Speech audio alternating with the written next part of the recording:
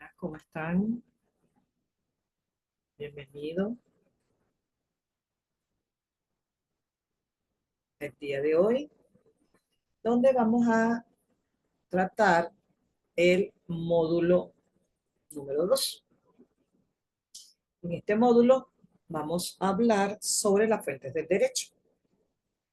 Un momento, déjame compartir pantalla aquí para que podamos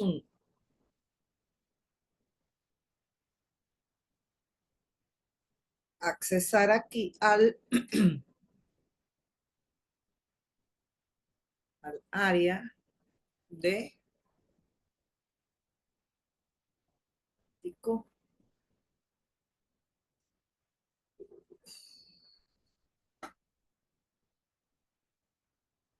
un momentico aquí, ya vayamos aquí. Vamos a hablar sobre las fuentes del derecho. En este módulo 2 tenemos varias actividades y la primera actividad es un mapa conceptual, un mapa de concepto, donde aparecen fuentes del derecho, concepto, clasificación. Vamos a hablar también de la ley, concepto, la declaración de inconstitucionalidad, el concepto, derogación de la ley, principios admitidos en el ordenamiento jurídico venezolano y el proceso de formación de la ley, además de codificación y el concepto. Entonces, comenzamos con el fundamento del derecho, es donde nace la norma. Y esto está, hay muchos escritores que hablan que las fuentes del derecho es donde brota el agua, esa es una fuente, donde brota. Entonces, las fuentes del derecho, donde brotan ese derecho, donde brotan esas normas, ¿verdad? Entonces, estas fuentes del derecho están formadas por conductas que pueden ser negativas o positivas. Entonces, esas positivas son esas personas que siempre están en línea recta con el derecho, o sea, siempre acatan eh, y practican la norma.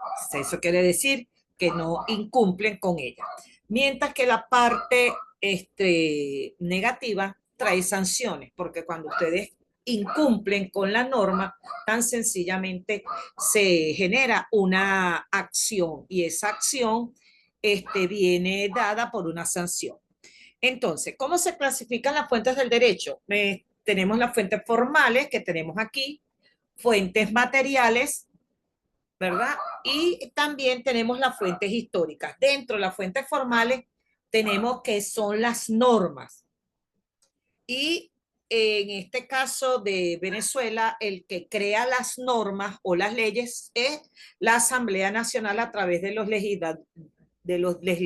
legisladores, en este caso de los diputados. Mientras que las fuentes materiales son los sujetos, son esos eventos que suceden y que son fenómenos sociales, culturales, políticos, morales y religiosos. Dentro de las fuentes históricas podemos hablar que son aquellas que están vigentes. En este caso, hablamos de anteriormente se tenían como fuente histórica la doctrina, los papiros, porque ellos guardaban o resguardaban ahí las normas que se estaban utilizando en ese tiempo, que en la actualidad no están vigentes, pero en esa época sí. Ahora, ¿qué pasa con estas fuentes del derecho? Estas fuentes del derecho es lo que nos ayuda o ayuda a un país a regular la conducta de las personas. Para entrar en contexto de las fuentes del derecho, tenemos la ley, que la ley, como dice la norma jurídica, establece los límites permitidos dentro de la sociedad. Esta ley aquí en Venezuela están primero consagrada en la Constitución de la República Bolivariana de Venezuela y luego están tipificadas en cada uno de sus códigos. Esta ley es bilateral, ¿verdad? También es imperativa y es coercitiva. Cuando hablamos de coercitiva, porque es una ley que se aplica específicamente cuando se causa o una acción causa una sanción, ¿ok? Es coercitiva, o sea, realizaste una acción, ejemplo, eh, mató a alguien, entonces se le hace un seguimiento, se le hace un juicio y se declara la culpabilidad siempre y cuando utilizando los elementos de convicción y los elementos probatorios de las partes donde dice que sí fue esa persona mató a otra. Ok. Cuando hablamos de bilateral, se da entre los sujetos y cuando hablamos de imperativo, es sobre la voluntad del sujeto.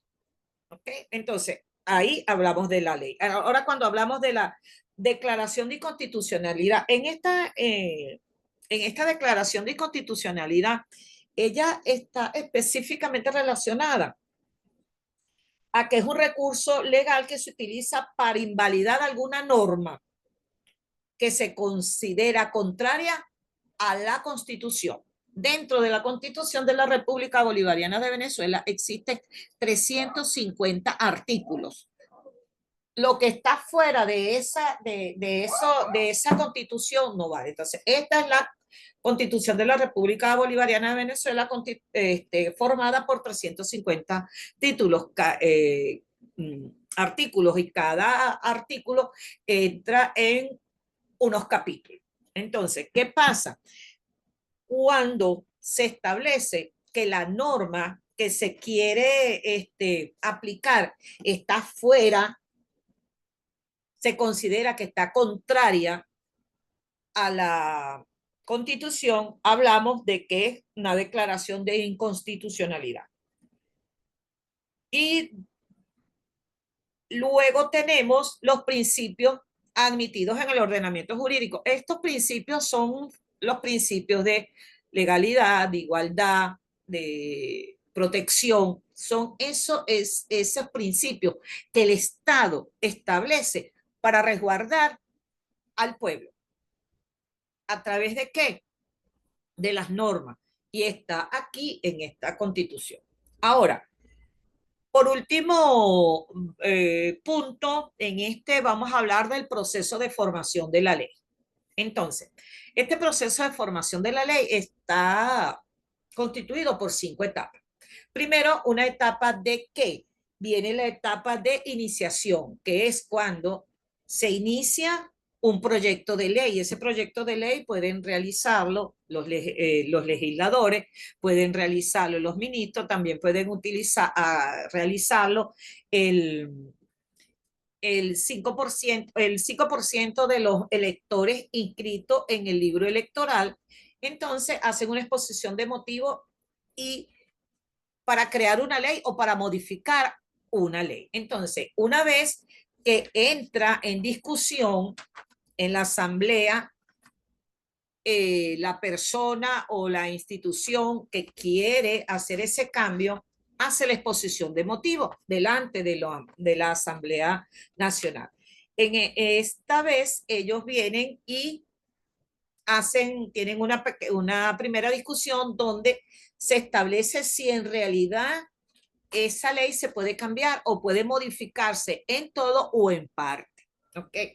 Una vez que tenga esa primera sanción, se procede a la votación, porque la sanción es la votación. Uno dice se sanciona. Cuando uno oye la palabra sancionar, es como castigarnos. Sancionado en la parte esta de la ley es que se vota a favor de ella. Una vez que haya pasado esa primera discusión viene la segunda discusión. ¿Cuándo es la segunda discusión? Cuando esta ley, específicamente si es la parte laboral, tiene que ir para los abogados que son de laboral, si es para la parte mercantil, específicamente la desarrolla la comisión técnica o el comité de abogados en la parte mercantil. Entonces, según su área, van a ir a la segunda discusión. Una vez que se hace la discusión, viene y el secretario realiza dos juegos, una copia y una original, y se lo hace llegar al presidente de la Asamblea Nacional. El presidente de la Asamblea Nacional, una vez con los juegos el juego de copia y el original, va donde el presidente, que está acompañado con sus ministros, para que ellos lo revisen. Y ahí hay una revisión, y eso se llama veto presidencial, que es cuando el presidente puede cambiar o modificar en todo o en parte esa ley. Una vez que exista ese veto presidencial, se le devuelve otra vez al presidente de la Asamblea, el presidente de la Asamblea se lo da al secretario, el secretario lo lleva otra vez a la comisión, que es el que está encargado de revisar la corrección. Existe nada más una sola corrección y ahí están pasando 15 días. Inmediatamente que hagan la corrección, se lo vuelven a dar al presidente de la Asamblea y el presidente de la Asamblea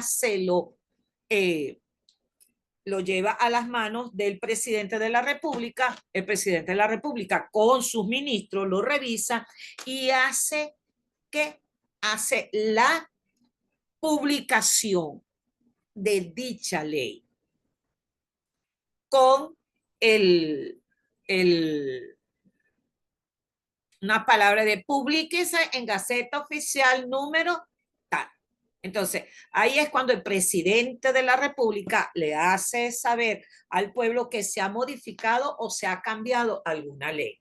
Ese es el proceso de formación de una ley. Entonces, cuando hablen del proceso de formación de la ley, tienen que escribir que está elaborado en 5 partes y las nombran, porque eso forma parte esencial del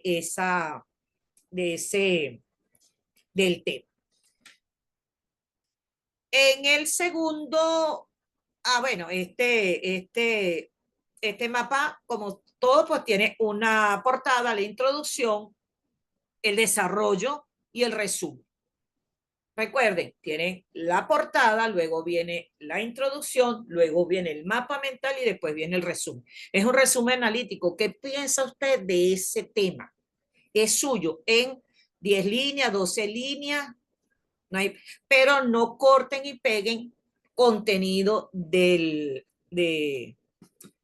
la introducción para hacer el resumen. Ahora, venimos con el segundo. La segunda actividad es un esquema. En este esquema, específicamente, vamos a hablar sobre la división del derecho positivo, las teorías, las ramas del derecho. Entonces, el derecho positivo se divide en dos, en derecho público y derecho privado. El derecho público son todos aquellos organismos del Estado, ¿verdad? Como tribunales, registros, notaría, esos son los entes, los órganos del Estado, o sea, forma parte del Estado. Y el derecho privado es aquel que se encarga de los bienes y personas. ¿Okay? Dentro de ese derecho público y derecho privado existe unas teorías, existen más de 108 teorías entre la diferencia que hay entre el derecho privado y el derecho público. Una de las teorías más acertadas es el del creador de la teoría pura, que es Kelsen, que es el creador de la pirámide de Kelsen, donde él dice que una vez que se vulnera el derecho de, valga la redundancia, de una persona en el derecho privado, entra el derecho público. ¿Por qué? Porque las personas, una vez que hayan sido vulnerados sus derechos, va, si le robaron un carro, va a poner la denuncia. ¿En dónde la va a poner a la denuncia? Puede ser en el CICPC o en la fiscalía. Y entonces ahí está poniendo, activando, poniendo en acción la maquinaria del derecho público. ¿Ok? Entonces, esa es la teoría que mayor eh, tiene bastante énfasis. ¿Por qué? Porque Kelsen dijo, cuando se le vulnera el derecho a la persona, esta persona va a los órganos del Estado. Entonces, existe una relación entre el derecho público y el derecho privado. El derecho público va a estar tranquilo, simplemente se va a accionar cuando se vean vulnerado el derecho público está ahí, paradito. Se acciona cuando el derecho privado ha sido vulnerado. ¿Quién es el derecho privado? El sujeto. ¿Quién es el sujeto? Las personas, porque le hayan robado el carro, le vaya a hurtado en la casa, porque le hayan estafado en, en el banco, cualquier situación donde el sujeto del derecho acciona a través de una demanda el derecho público. Ahora, tenemos también las ramas del derecho público. Entonces, dentro de las ramas del derecho público, teniendo en cuenta que el derecho público son los órganos del Estado, los entes del Estado, tenemos que en el derecho público tenemos el derecho constitucional, ¿verdad? El derecho penal, el derecho financiero, el derecho tributario, el derecho laboral, el derecho procesal, el derecho político y el derecho internacional público. Mientras que en el derecho privado tenemos el derecho civil, el derecho de comercio, el derecho mercantil. Que el derecho mercantil, recuerdo que es un conjunto de normas que van a regular todo lo que tiene que ver con la materia mercantil o el comercio. Mientras que el derecho civil regula todas las relaciones de personas y su patrimonio. O sea, puede ser casa, puede ser carro, y estas relaciones que existen dentro de los derechos casi tienen alguna diferencia en cuanto a que en la rama del derecho privado tenemos derecho civil, que tiene que ver todo con personas, derecho mercantil o de comercio, que tiene que ver con el comercio, y el derecho internacional privado. Este derecho internacional privado funciona cuando una persona se encuentra fuera del territorio del país y tiene algún conflicto con algún bien que él ha dejado aquí en Venezuela o que tenga en otra parte, entonces entra el derecho internacional privado.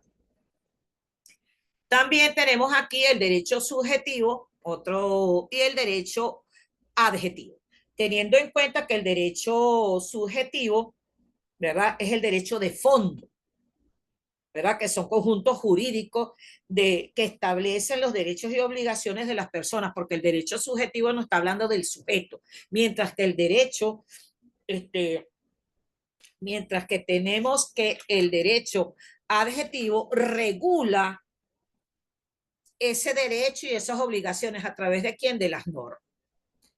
Esto es tan sencillamente todo lo que ustedes van a hacer. Luego tenemos el derecho mercantil, vamos a buscar los conceptos, que son los comerciantes y cuáles son las normas que regulan el derecho mercantil. Entonces, en el derecho mercantil, recuerden que este derecho mercantil, vamos a buscarle aquí, que le tengo aquí, el derecho mercantil, tenemos aquí el derecho el derecho mercantil es el que regula los actos de comercio. Entonces, decimos que el acto de comercio es esa acción que se realiza una persona jurídica a través de promover una distribución, una venta de, puede ser de mercancía, puede ser de productos o de servicios. Ahí también tenemos que las características son las características del acto de comercio. Se realiza motivado a que el fin es promover el comercio. Otra característica es que tiene que ser un contrato entre las partes. Una parte se compromete en vender y la otra parte se compromete en adquirir o cancelar ese recurso.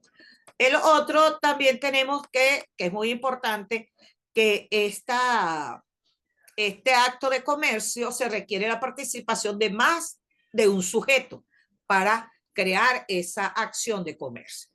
Las teorías que aplican en las nociones de los actos de comercio tenemos las teorías objetivas, las subjetivas, las mixtas. Entonces, ustedes solamente van a colocar, son los nombres de esto. Está el objetivo, el subjetivo, el mixto, el absoluto, el relativo, el conexo. Y después vamos a hablar sobre qué son los comerciantes. Los comerciantes son esas personas, esos profesionales que eh, su función es de venta, de vender, una sociedad mercantil. De los tipos de comerciantes tenemos que son los individuales y los colectivos. Los individuales son cuando una persona tiene una firma personal, que es una sola persona que vende, que compra, que atiende al cliente. Mientras que el colectivo puede ser una sociedad, una compañía anónima, donde hay dos o más personas. Luego tenemos las obligaciones del comerciante, ¿verdad? Las obligaciones del comerciante, mire, una de las obligaciones más importantes del comerciante es mantener dentro de su lugar, establecimiento, los libros contables. Llevar los libros contables de banco, de diario, de si es una firma personal, son tres, que es el de venta, el de gasto y el de banco. Mientras que una empresa, según la empresa, pueden ser 5 o más libros, porque en ahí está el de inventario, el de venta, el de gasto, el de diario, el de accionista, el de acta, entonces son más libros. Y las obligaciones, aparte del comerciante de llevar eso, es cumplir con todos los requisitos que solicita en este caso, la parte mercantil y el código de comercio, que en cada uno de los estados existe un código hay una cámara de comercio donde existen normas para regular que no existan, en este caso, pues, aumentos des, desproporcionales de la mercancía, o también que cumpla con todos los requisitos que el Ministerio de Sanidad pueda solicitarle a una persona que tenga, en este caso, un restaurante. Y las normas reguladoras en materia mercantil. Entonces tenemos primero como base constitucional, tenemos la Constitución de la República Bolivariana de Venezuela. Como otra norma tenemos el Código Mercantil, tenemos el Código Civil, tenemos el Código de Comercio, y también tenemos todas aquellas normas o reglamentos que en los estados están para regular todo lo que tiene que ver la materia mercantil. Entonces, ahí está todo lo que es el contenido de este esquema, que, como ya les dije, tiene una portada, una introducción, el desarrollo y el resumen. Primero les voy a hacer una aquí para que ustedes vean. ¿Qué es lo primero que tenemos que tener? Una portada. ¿verdad? Esta es la portada, ¿verdad? Esta es la portada de esta constitución. Esta es la portada, vamos a decir que esta es la portada. Viene una introducción, tiene una introducción y luego viene el desarrollo. En este caso, ustedes van a hacer un esquema, este es el desarrollo y por último, la conclusión. No realicen que colocan la portada, colocan la introducción, ponen el resumen y de último colocan el esquema. ¿Por qué? Porque la estructura no va así. Va primero la portada, luego la introducción, luego desarrollo y de último el resumen analítico. El resumen es un resumen. ¿Qué piensa usted sobre la materia? En este caso, ¿qué piensa usted sobre? Aquí hay un resumen que es dual. ¿Por qué? Porque ustedes van a hablar primero sobre la división del derecho positivo y ustedes van a hablar qué les causó a ustedes eh, impresión en la división del derecho positivo, que es el derecho público y el derecho privado. Y luego van a hacer en otro, pueden hacer un bloque, 12 líneas, el primer párrafo hablando sobre el derecho público y derecho privado y después hacen el otro del derecho mercantil. Este acompañado que van a hablar sobre los comerciantes. Eso es más nada. Entonces, déjenme salir aquí un momentico. Aquí todo, aquí ustedes tienen todo. Aquí tenemos absolutamente todo el contenido de las actividades. ¿Oyó? Aquí no hay ay, que no conseguí, ahí están todos. Todo el contenido que les acabo de mencionar, toda la clase que les acabo de explicar está aquí en el aula. Así que les recomiendo, les invito a que lo vean y lo revisen y hagan su análisis. Déjenme un momentico salirme de pantalla. Estamos invitándolos para la próxima reunión que tendremos próximamente y esperando de que asistan y algunas dudas que ustedes tengan me las hagan saber. Y bueno, nos vemos la semana que viene. Chao, hasta luego.